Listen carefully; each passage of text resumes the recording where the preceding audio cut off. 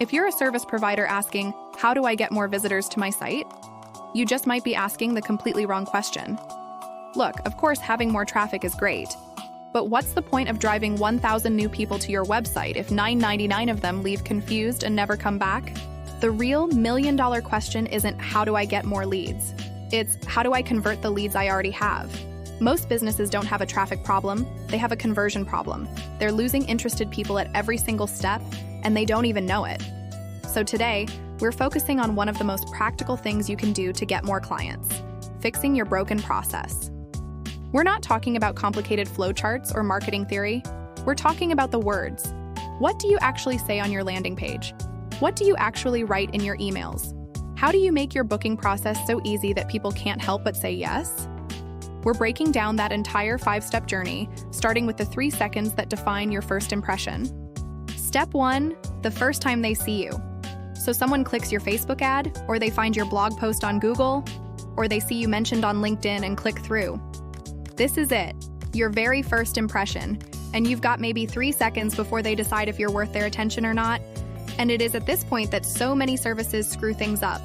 You have no idea how many ads are run that have some kind of disconnect, that is throwing leads off. It is wild.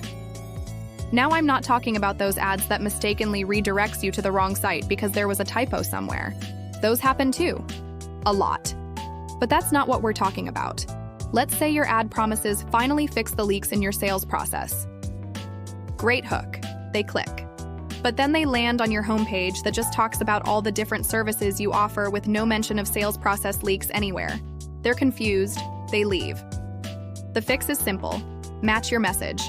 If your ad says one thing, the page they land on better say that same thing. It sounds obvious, but you'd be shocked how many businesses get this wrong. And when they do land on your page, you need 3 things up front.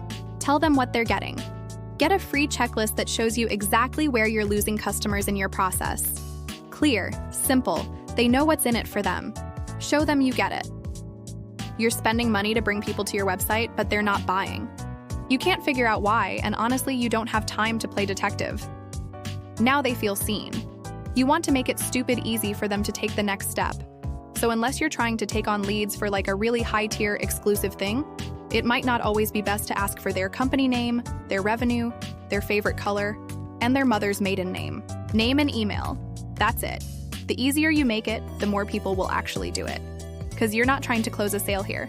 You're just trying to get them to raise their hand and show that they're interested. Step 2, don't drop the ball right after they sign up. Okay, they signed up, they gave you their email, they're waiting for whatever you promised them. This is where a lot of businesses just let things slip. They send the free thing and then go silent for days. Or they send it 3 hours later when the person's already forgotten about them. By the time the next email shows up, the person's moved on. So what should you do instead? You might want to send them the thing immediately. I'm talking seconds after they sign up. It should hit their inbox before they've even closed the tab. And here's a pro move most people miss. Use that thank you page. You know, the page they see right after signing up that usually just says, check your email? That page is gold, and most people waste it. They're still there. They're still engaged. They're in action mode. So give them something else to do. Maybe it's a link to book a quick call with you. Maybe it's a 2-minute video where you introduce yourself and talk about how you help people. Maybe it's a short story about someone you helped who was in their exact situation. Don't just leave them hanging with thanks, bye. You want to, keep the momentum going. And about that free thing you're giving them, make sure it's actually good. If you're handing out a checklist or a quick guide, it should give them something they can use right now. Because when your free stuff helps them, they start thinking like, okay, if the free stuff is this useful, what could they do for me if I actually paid them? Step 3. You stay on their radar? Without being annoying, of course. All right, they've got your free thing. They've seen your name. Now you need to stay in their world while helping them move closer to working with you. A lot of business owners stress about this part. How many emails should I send? Am I being annoying? What do I even say? Let me give you a simple formula that you might want to try. Do 3 emails over about a week. Email 1 is the welcome. Goes out right after they get the free thing. You're basically saying, hey, glad you're here. Make sure you got the thing. Here's what's coming next. Keep it light. Keep it friendly. You're just making sure they don't feel abandoned. Email 2 is where you help them. A day or two later, send something useful. You don't really want to do like a full-on sales pitch at this point. Just genuinely try to help. Maybe you can give like a tip on how to actually use the checklist you gave them, or like a common mistake you see people make. Something that will actually be really, really helpful to them. The third email is where you share a quick story about someone you've worked with. What was their problem? What did you do? What changed for them? Then at the end, you invite them to take the next step. If you want help figuring this out for your business, here's where you can book a call with me. See what's happening there? You're building trust. You're being helpful. You're showing proof. And then you're giving them an easy way to take action if they're ready. Step 4. Make it easy for them to say yes. This is the part where people actually decide if they're going to work with you. This is what your booking page needs to do, okay? You got to be crystal clear about what they're booking. Is it a 15-minute quick call? A 30-minute strategy session? A full hour where you walk through their entire business? Tell them. Don't make them guess. Just spell it out. Don't hide your pricing if you don't have to. Look, I get it. Some businesses want to talk about pricing on the call. That's fine. But if you can give people even a ballpark range, it helps everyone. People who can't afford you won't waste your time, and people who can will feel more comfortable moving forward. Answer the questions they're already asking in their heads. What happens on the call? Do they need to prepare anything? What if they're not ready to commit yet? The more you answer up front, the fewer reasons they have to hesitate. Show them you're legit. Testimonials from other clients, logos of companies you've worked with if you have them, anything that says, real people have worked with me and it went well. And for the booking form itself, so many people mess up so hard at this. You see them ask for so many things, and it's like you're applying for immigration or something. You'll see company size, annual revenue, full description of the problem, credit card number, blood type.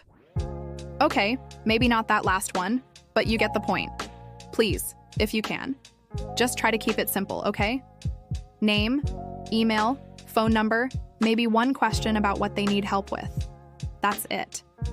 Every extra field is another chance for them to say, you know what?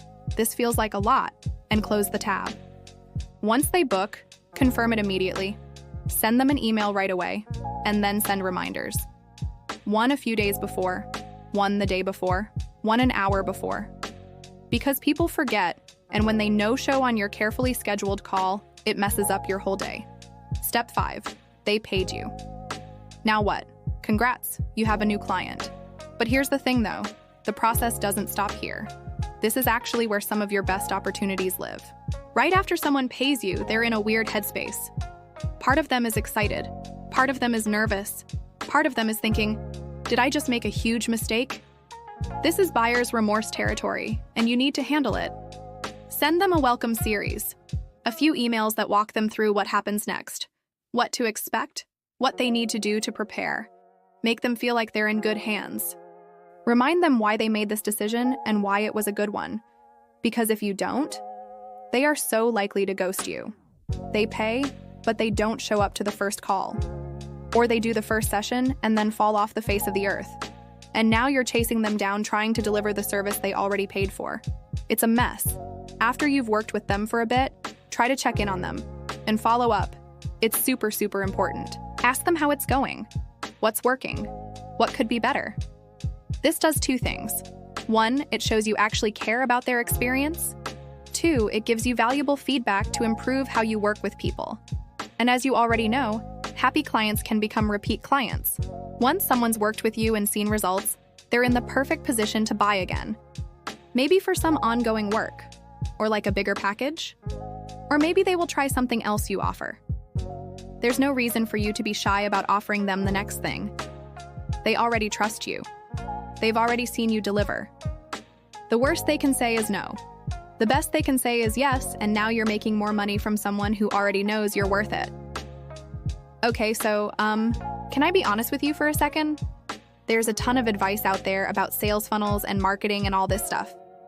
Most of it shows you flowcharts with boxes and arrows and fancy terms, and it looks impressive. But when you try to actually use it, you're left thinking, okay, cool, but what do I actually say? That's the gap. You don't need more diagrams. You need to know what words to use. What subject line gets people to open your email? What should your website headline be? What do you say in the emails that move someone from just looking to I'm ready to book a call? That's the stuff that actually matters. Real examples, actual templates you can adapt. Words that work, because at the end of the day, you're not a marketer. You're a business owner trying to get more clients so you can do the work you're actually good at. You need practical help, not theory. So let's take some questions, shall we? If you have any questions of your own, or you want to add a tip, please make sure to leave it in the comments section. Okay, so? Won't people get annoyed if I email them too much? Here's the truth. If you're being helpful and not just pitching them constantly, people won't mind hearing from you. In fact, they'll appreciate it. The businesses that annoy people are the ones sending daily sales emails that all say, "Buy now." Don't be that business. When you're first building the relationship, emailing everyone to 3 days is fine. Once they're a client, pull back to weekly or every couple weeks. Just make sure every email has a point. If you can't answer, "Why am I sending this?" then don't send it. Should I put videos in my emails or just write them? Both can work, but here's the thing about text emails, is that they feel a little bit more personal, at least when they are done well anyway. They look like they came from an actual person, not some marketing automation system. Videos are great on your website where you need to build trust fast, but in emails, start with text. It's easier for people to read, and they don't have to click anything or worry about sound. All right, so now you know all the steps from when someone first finds you to when they become a paying client and beyond. But here's what I want you to think about. Where are you losing people? Because every business has leaks, places where interested people are slipping through the cracks. And until you know where those leaks are, you're basically trying to fill a bucket with holes in it. So I put together a free 5-minute checklist specifically for service businesses like yours. It walks you through each step of your process and helps you spot exactly where people are dropping off. No guessing, no complicated analytics, just clear questions that show you what needs to be fixed. Grab it, run through your process, and you'll know exactly what to fix first. That way, you're not wasting time on stuff that doesn't matter. You're focusing on the exact spots that'll get you better results with the same number of people finding you. The link's in the description. This has been Rita with ClicksandThings.com. See you in the next one.